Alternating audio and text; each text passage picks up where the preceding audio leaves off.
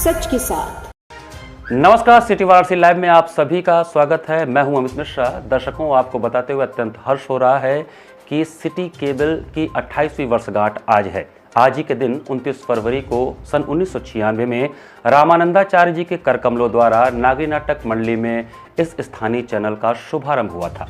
पिछले 28 वर्षों से आपका अपार स्नेह हमारे ऊपर बना हुआ है। इसके लिए हम सभी आपको अत्यंत धन्यवाद देते हैं और आपको हार्दिक शुभकामनाएं देते हैं।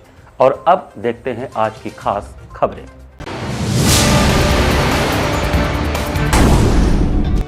नगरीय क्षेत्र रजिस्ट्री को रामनगर स्थानांतरित करने के विरोध में अधिवक्ताओं ने किया प्रदर्शन। जीवनदीप शिक्षण समूह में पूर्वांचल वेब सीरीज का प्रमोशन करने पहुंचे भोजपुरी सुपरस्टार दिनेश लाल यादव और आम्रपाली दुबे। डीसीएफ पर 45 वर्षों बाद भाजपा का कब्जा, राकेश सिंह अलगू अध्यक्ष पद के लिए हुए निर्विरोध निर्वाचित। और 80 भदैनी के बाद कामाख्या क्षेत्र में भी व्याप्त सीवर की समस्या से लोग परेशान। और अब समाचार विस्तार से। गुरुवार को कलेक्ट्रेट के रजिस्ट्री कार्यालय के समक्ष अधिवक्ताओं ने धरना प्रदर्शन किया। वाराणसी दक्षिणी नगरीय क्षेत्र की रजिस्ट्री को रामनगर स्थानांतरित करने के विरोध में आज गुरुवार को जिला न्यायालय के रजिस्ट्री कार्यालय के समक्ष अधिवक्ताओं ने धरना प्रदर्शन कर प्रदेश सरकार के निर्णय को वापस किए जाने की मांग की। इस मौके पर धरनारत अधिवक्ताओं का कहना था कि जब तक प्रदेश सरकार अपने आदेश को वापस नहीं लेगी तब तक वह धरने को समाप्त नहीं करेंगी। 5 दिन तक यह धरना चलेगा। इसके पश्चात यह अनशन में बदल जाएगा और 13वें दिन से इसको आमरण अनशन के रूप में तब्दील कर दिया जाएगा। रामनगर में रजिस्ट्री कार्यालय होने से अधिवक्ताओं को काफी दिक्कतों का सामना करना पड़ेगा। इस अवसर पर काफी संख्या में अधिवक्ता उपस्थित रहे। एक शासनादेश आया है 27 फरवरी का कि परगना देहात अमानत के भेलूपुर वार्ड और नगवा वार्ड के नगवा मोहल्ले के जो मोहल्ले हैं उनकी रजिस्ट्री आगे मुद्रण की तिथि से रामनगर के रजिस्ट्रार कार्यालय में होगी। वहाँ की रजिस्ट्री शुरू से अंत तक अभी तक बनारस न्यायालय में होती थी। रामनगर की रजिस्ट्री रामनगर के स्वतंत्रता मिलने के बाद रामनगर के राजा के सुविधा के लिए वो केवल बनाई गई थी। वहाँ और मोहल्लों की रजिस्ट्री जो अगल बगल के थे वहाँ की होती थी रजिस्ट्री। लेकिन यह इस तरह का आदेश और फरमान ये जनता के लिए भी परेशानी है, अधिवक्ता के लिए भी परेशानी है। अधिवक्ता यहीं पर स्टैम्प खरीदवाता है, टाइप कराता है, दस्तावेज तैयार करता है और अपना काम करते हुए वह रजिस्ट्री के कार्य को भी अंजाम देता है। लेकिन इस तरह का यह निर्णय, यह शासनादेश, यह अधिवक्ता विरोधी है, जन विरोधी है, जिससे हम लोग मर्माहत हैं और यह सरकार से मांग करते हैं कि इस आदेश को वापस लिया जाए और पूर्ववत रजिस्ट्री का कार्य उन मोहल्लों का इसी कैंपस में, कचहरी कैंपस में हो। भारतीय जनता पार्टी की युवा मोर्चा द्वारा लमही में जन चौपाल लगाकर प्रधानमंत्री के 10 सालों के कार्यकाल के उपलब्धियों के बारे में बताया गया। भारतीय जनता पार्टी के पीएम एवं सीएम की ओर से हर गांव में चौपाल लगाने का सभी कार्यकर्ताओं को जिम्मेदारी दिया गया है। हर मंडल स्तर तक कार्यकर्ता जाकर गांव में चौपाल लगा रहे हैं और ग्रामीणों से बातचीत भी कर रहे हैं। प्रधानमंत्री और मुख्यमंत्री के सफलतम कार्यकाल को भी बता रहे हैं। भारतीय जनता पार्टी की युवा मोर्चा द्वारा बुधवार को मुंशी प्रेमचंद की जन्मस्थली लमही में जन चौपाल लगाया गया और प्रधानमंत्री के 10 साल के कार्यकाल को बताया गया। इस जन चौपाल में 100 से ज्यादा युवाओं ने हिस्सा लिया। जन चौपाल में शामिल शिशिर सिंह विक्की भाजपा जिला मंत्री ने बताया कि भाजपा की ओर से युवा जन चौपाल लगाने के लिए हम लोगों को जिम्मेदारी मिली है। हर एक मंडल में हम लोगों को चौपाल लगाना है पूरे जिले में और यह शिवपुर विधानसभा के लमही में इसका कार्यक्रम किया गया है। चौपाल का मतलब ये होता है कि आप अपनी बातों को रखते हैं। हम लोगों को जो संगठन बोल रही है उसी को धरातल पर लाना है, उसी के बारे में हम लोग आपस में बात कर रहे हैं, लोगों के बीच में जा रहे हैं और केंद्र और प्रदेश के सरकार की योजनाओं के बारे में बता रहे हैं। चौपाल का मतलब ये होता है कि आप अपनी बातों को रखते हैं, हम अपनी बातों को रखते हैं। केंद्र सरकार और प्रदेश सरकार की योजनाओं के बारे में आप लोग के बीच में जाते हैं। 400 पे चर्चा का कार्यक्रम है। 400 का चर्चा मतलब संगठन ने जो जिम्मेदारी हम लोग को दी है 400 पे चर्चा। 400 का मतलब ये है कि जो संगठन बोल रही है कि हम लोग को धरातल पे उसको लाना है, उसी के बारे में हम लोग आपस में बात कर रहे हैं, लोगों के बीच में जा रहे हैं और केंद्र और प्रदेश के सरकार की योजनाओं के बारे में बता रहे हैं लोगों से। जिला सहकारिता फेडरेशन के चेयरमैन के पद पर गुरुवार को भाजपा प्रत्याशी राकेश सिंह निर्विरोध निर्वाचित हुए। गुरुवार दोपहर जिला सहकारिता फाउंडेशन के चेयरमैन पद के लिए हुए चुनाव में बीजेपी प्रत्याशी राकेश सिंह को निर्विरोध निर्वाचित घोषित किया गया। नामांकन के बाद प्रधानमंत्री, गृह मंत्री, मुख्यमंत्री, सहकारिता विभाग के मंत्री जेपीएस राठौर, राज्य मंत्री रविंद्र जायसवाल, भाजपा क्षेत्रीय अध्यक्ष दिलीप पटेल, जिला अध्यक्ष हंसराज विश्वकर्मा का आभार व धन्यवाद व्यक्त करते हुए उन्होंने कहा कि आज भाजपा के सहयोग से 45 वर्षों बाद विजय हासिल हुई है। चेयरमैन बनने के बाद उन्होंने पहले बोर्ड की बैठक की। चेयरमैन राकेश सिंह अलगू ने कहा कि सहकारिता को गुजरात मॉडल की तरह बनाया जाएगा और सभी बोर्ड मेंबर के हितों की रक्षा की जाएगी। सबका साथ, सबका विकास और अंतिम व्यक्ति बैठे हुए जो गांव की समितियों में बैठा हुआ है, गांव खुशहाल तो देश खुशहाल। अभी आप देखे होंगे कि हमारे यशस्वी प्रधानमंत्री जी ने देश का सबसे बड़ा भंडार अन्न भोजनालय का उद्घाटन किए हैं दिल्ली में। तो ये प्रधानमंत्री जी का क्षेत्र है। मैं आप सबके माध्यम से ये बताना चाहता हूँ, वहाँ तक संदेश पहुँचाना चाहता हूँ कि 50 साल बाद आपके क्षेत्र में कमल खिला है। इसके लिए आपके माध्यम से मैं प्रधानमंत्री जी को कोटि कोटि प्रणाम करता हूँ और साथ में ये संदेश देता हूँ कि जो आपकी मंशा है वो एकदम खुशहाल काशी में रहेगा सहकारिता के माध्यम से। मुख्य प्राथमिकता क्या है जो लगता है कि आपको ये होना चाहिए यहाँ पे जो नहीं हो पाया आज तक? विकास। सहकारिता को जो कुछ लोगों ने, पिछली सरकारों ने अपने जेब की सहकारिता समझ लीजिए, अब वो जन जन की सहकारिता हो गई है। ये हमारी प्रधानमंत्री की सहकारिता जो है गुजरात को आज गुजरात बना दिया उसके सहयोग से। तो निश्चित तौर पर उत्तर प्रदेश के अंदर पश्चिम में तो इसका दिखाई पड़ रहा था, लेकिन अब जो है अब आज से काशी क्षेत्र में भी दिखाई पड़ेगा। सहकारिता के सहयोग से निश्चित तौर गाँव विकास हम लोग करेंगे। इसका मूल मंत्र जो राकेश जी ने बताया, इसका मूल मंत्र विकास है। निश्चित तौर पर आपने देखा होगा कि मैं बधाई देना चाहता हूँ अपने प्रधानमंत्री को कि सहकारिता की वजह से आज जो प्रगति मैदान में जो मंडप बना हुआ है वहाँ पर दुनिया का, भारत का छोड़िए दुनिया का सबसे बड़ा अन्न भंडारक का शिलान्यास प्रधानमंत्री ने किया है। तो समझिए कि बहुत बड़ी सहकारिता का है। अब ये काशी क्षेत्र में कई जिलों में इसका प्रभाव जाएगा। एमएलसी विनीत सिंह ने वर्तमान युग में तकनीक के महत्व को स्वीकार करते हुए सरकार के स्मार्टफोन वितरण योजना की सराहना करते हुए विस्तार से जानकारी दी। उत्तर प्रदेश सरकार की योजनाओं को बताते हुए उन्होंने मोबाइल प्राप्त करने वाले छात्र छात्राओं को इस डिवाइस का सार्थक उपयोग कर तकनीकी शिक्षा से जुड़ने की सलाह दी। एमएलसी विनीत सिंह ने वर्तमान युग में तकनीक के महत्व को स्वीकारते हुए सरकार को स्मार्टफोन वितरण योजना की सराहना कर विस्तार से प्रकाश डाला और कहा कि आने वाले समय में विद्यार्थियों को तकनीकी रूप से दक्ष होने की आवश्यकता है। उन्होंने बताया कि मनवास विजय सिंह महाविद्यालय में कुल 460 विद्यार्थियों को स्मार्टफोन वितरित किया गया। महाविद्यालय के प्रबंधक प्रवीण सिंह टिंकू ने कार्यक्रम में आए हुए अतिथियों का स्वागत किया। सरकार की मंशा है कि हमारे उत्तर प्रदेश का प्रत्येक विद्यार्थी तकनीकी रूप से सक्षम रहे और स्मार्टफोन पाकर छात्र छात्राओं के चेहरे खिल उठे। तकनीकी का दुरुपयोग घातक सिद्ध हो सकता है। साथ ही साथ प्रबंधक ने छात्रों को स्मार्टफोन के सही इस्तेमाल करने की नसीहत दी। कार्यक्रम में विजय यादव, दीपक, राहुल, प्रवीण पांडे, संदीप, नरेंद्र, सुधांशु सिंह आदि लोगों ने विशेष सहयोग किया। प्राचार्य ने अतिथियों का आभार व्यक्त किया। तरफ से सबको हो, चाहे किसी मजहब का हो, किसी जात, किसी समुदाय से जुड़ा बच्चा हो, सरकार के निगाह में छात्र छात्राएं हैं। ये कोई द्वेष भावना से नहीं है, सबको एक तरफ से दिया जाता है, ये अंतर है।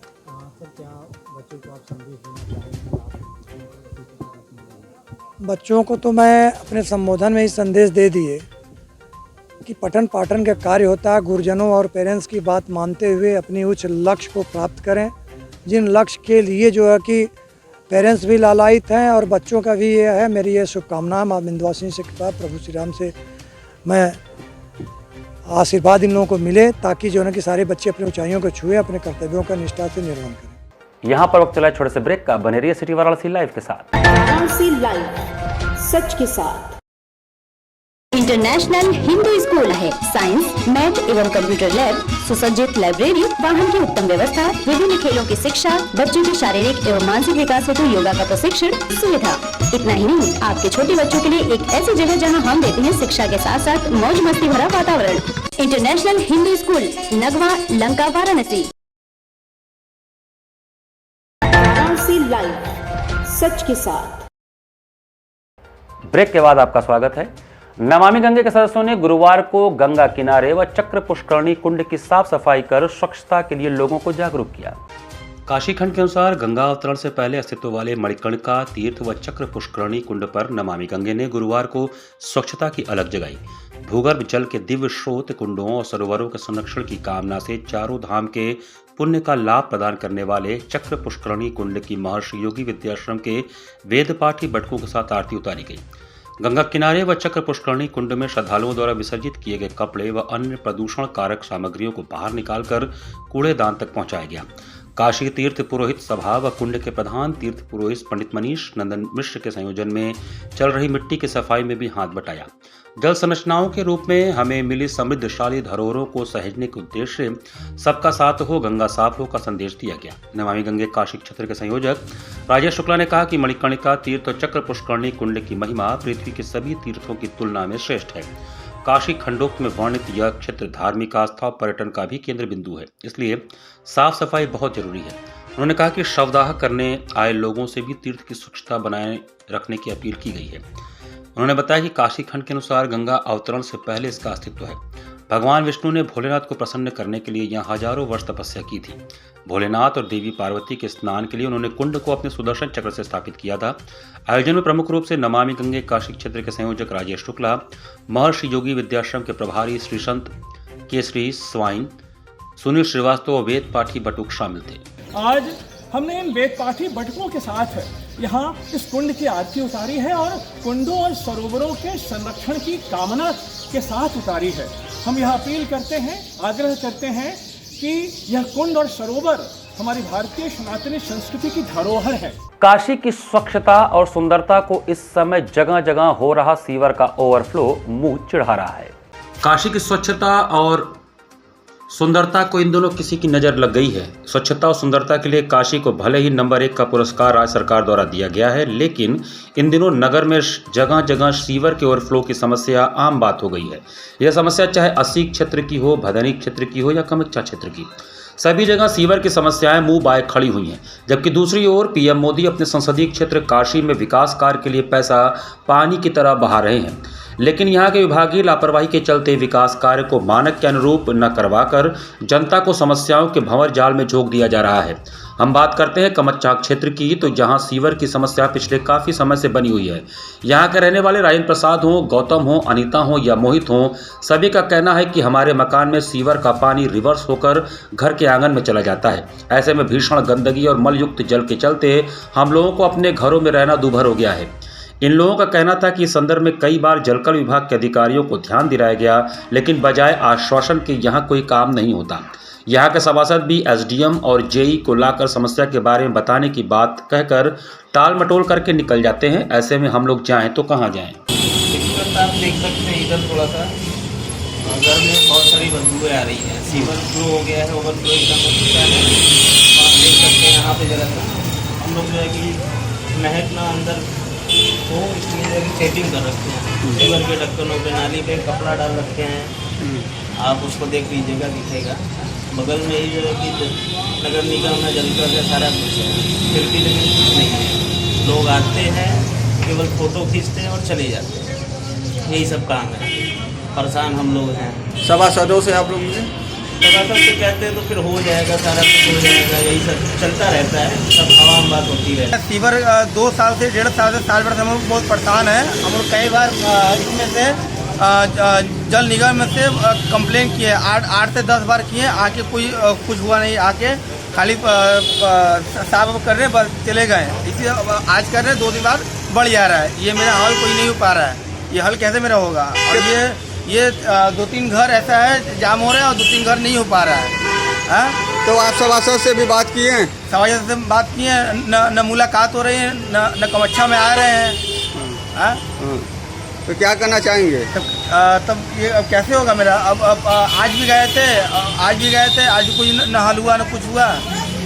हम लोग बताने चाह रहे हैं अब कैसे हल होगा। बहुत हम 2 साल से 1.5 साल से परेशान है। बदबू भी करता है? अरे बहुत बुरा, पूरा पानी पूरा घर में, पूरा पानी मेरा आंगन में आ जाता है। घर है, घर के नीचे में आता है। ये तो लगभग करीब 2-2.5 साल हो गया। विभाग में जाते जाते समझ लीजिए कि हमेशा मतलब 2 दिन 3 दिन पर कोई न कोई कंप्लेन करते रहते हैं, लेकिन कोई मतलब सुनवाई नहीं होता। अभी बार बार कहते हैं कि ढक्कन रोड का एकदम टूट गया है, उसकी वजह से और जाम हो गया है, पानी पूरा घर में पा रहा है। और कोई नेताजी के यहाँ सभासद जो है हमारे क्षेत्र के, वो एकदम कतई वो बतिए नहीं सुनते हैं। तो क्या कहते हैं सभासद जी? चलिए ठीक हो जाएगा भाई, कोई दिक्कत नहीं है, आप चले जाइए, हम बात करते हैं। तो घरों में पानी आपके चला जा रहा है तो बदबू करता होगा फिर? पूरा बदबू करता है, तब आप खुद आगे देख लीजिए, तब एकदम पूरा बदबू कर रहा है, महक रहा है। घर का सीवर ओवरफ्लो कर गया है और आगे की लाइन बंद है। मैं प्रबंधक से कई बार कहा पानी कल जाकर कोई सुनवाई नहीं हो रही है। और सभासद से बात हुई है? अगर सभासद से बात हुई है तो सभासद जी ने कहा कि मैं एसडीओ को लेकर जेई को लेकर आ रहा हूँ और वो देख के तब कोई कार्य होगा। अभी तक जेई नहीं आया। शिवा मामू और वो इधर अभी आए नहीं, कब जीते हैं तब तक इधर आए नहीं। सालन से मेरा मैनुअल जाम है और नहीं इधर आए हैं, नहीं बनवा रहे हैं और इसी तरह हम परेशान हैं, मतलब नेलुआ से अपने। जीवनदीप शिक्षण समूह बड़ालालपुर में पूर्वांचल वेब सीरीज के प्रमोशन के लिए गुरुवार को भोजपुरी फिल्म जगत के सितारों का आगमन हुआ। बड़ालालपुर से जीवनदीप शिक्षण समूह में गुरुवार को पूर्वांचल वेब सीरीज के प्रमोशन के लिए भोजपुरी सितारों का आगमन हुआ।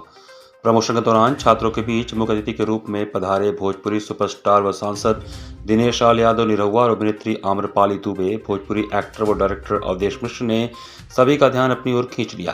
कार्यक्रम की शुरुआत सभी ने दीप प्रज्वलन से किया। शिक्षण समूह के चेयरमैन डॉक्टर अशोक कुमार सिंह ने पुष्पगुच्छ देकर अतिथियों का स्वागत करते हुए कहा कि भोजपुरी भाषा में आत्मीयता और अपनत्व की भावना है जो सभी को अपनी ओर खींच लेती है। वहीं मौजूद रेडियो मिर्ची की आरजे साक्षी, आरजे सुमित ने भी कार्यक्रम में समा बांधा। इस बीच जीवनदीप पब्लिक स्कूल की छात्रा सेजल ठाकुर ने राम भजन की प्रस्तुति दी। वेब सीरीज पूर्वांचल में मुख्य किरदार निभा रहे दिनेश लाल यादव ने सीरीज का एक डायलॉग छात्रों के बीच में जब बोला तो पूरा परिसर तालियों की गड़गड़ाहट से गूंज उठा। उन्होंने कहा, सुंदरता पर भी जहां जाके खड़ी पाई पूर्ण विराम लग जाए, फुल स्टॉप, बात खत्म, तुम इतनी सुंदर हो। वहीं मौजूद अभिनेत्री आम्रपाली ने भी आगे के डायलॉग को प्रस्तुत करते हुए कहा, बचपन से बटन जैसे आंख से जो मुफ्त का सिनेमा देख रहे हो वो आँखियाँ निकाल लेंगे। अभिनेता अवधेश मिश्रा ने भी सीरीज का एक डायलॉग प्रस्तुत करते हुए कहा, जिंदा रहना है तो प्रहार करो, इसलिए पहले वार करो। कार्यक्रम के अंत में छात्रों ने भोजपुरी सितारों के साथ सेल्फी ली। इस दौरान डॉक्टर अंशु सिंह, नितिन गुप्ता, जीवनदीप पब्लिक स्कूल की प्रधानाचार्य डॉक्टर ममता सिंह, महाविद्यालय के प्राचार्य इंद्रेश चंद सिंह के अलावा शिक्षण समूह के सभी अध्यापक, कर्मचारी व छात्र छात्राएं मौजूद थी। तो सबसे पहले रोशनी ही चिल्लाई, राजा बाबू। घाट संध्या के अंतर्गत गुरुवार को हरि नारायण के गायन और निवेता पांडे के भरतनाट्यम नृत्य ने दर्शकों के हृदय को आह्लादित कर दिया। गुरुवार को घाट संध्या के अंतर्गत प्रथम चरण में कलाकार हरि नारायण ने गायन की प्रस्तुति कर शुभारंभ राग यमन में गुरु वंदना आओ सब मिलकर गुरु गुण गावें, तत्पश्चात शिव वंदना, निर्गुण भजन चल चल रे मुसाफिर बांध ले गठरी वापस घर को आ जाना है, क्यों एक ही पल में अपने पराये हो गए, निकले बस प्राण राम को प्यार हो गए, चरणों में तेरे रहकर प्रभु जी प्यार ही प्यार हो गया आदि भजन गाकर दर्शक गणों के हृदय को मंत्रमुग्ध कर दिया। संगत कलाकार के रूप में तबले पर अयोध्या से आए आशीष त्रिपाठी, हारमोनियम पर हर्षित उपाध्याय, कीबोर्ड पर प्रवीण सिंह एवं साइड रिदम पर रमेश शर्मा उपस्थित रहे। द्वितीय चरण में प्रयागराज से पधारी कलाकार निवेता पांडे ने भरतनाट्यम नृत्य की अद्भुत, अलौकिक एवं अप्रतिम प्रस्तुतियों के माध्यम से दर्शक गणों के हृदय को आह्लादित कर दिया। कलाकारों ने कार्यक्रम का शुभारंभ पुष्पांजलि तोड़े मंगलम समापन कीर्तनम से किया।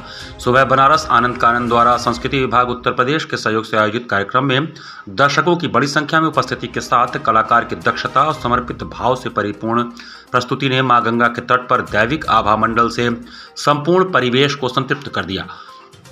समस्त कलाकारों को प्रमाण पत्र रामेश्वर तिवारी एवं बालेश्वर तिवारी ने प्रदान किया। धन्यवाद ज्ञापन श्याम कुमार केसरी ने दिया। इस अवसर पर समस्त कलाकारों को प्रमाण पत्र एवं आशीर्वचन प्रदान करने के साथ ही उनकी अनवरत संगीत साधना की प्रशंसा की गई। घाट संध्या कार्यक्रम की परिकल्पना सुबह बनारस के सचिव संस्थापक डॉक्टर रत्नेश वर्मा ने किया। कार्यक्रम का सफल संचालन सीमा केसरी ने किया। इस अवसर पर भारी संख्या में दर्शकगण उपस्थित रहे।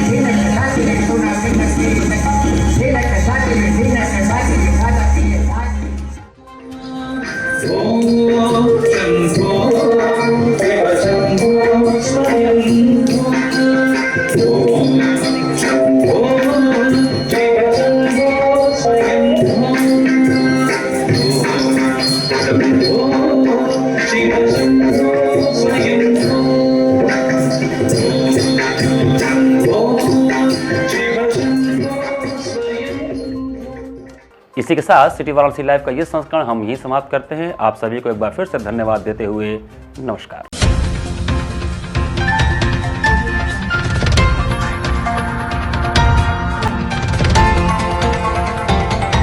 वाराणसी लाइव, सच के साथ।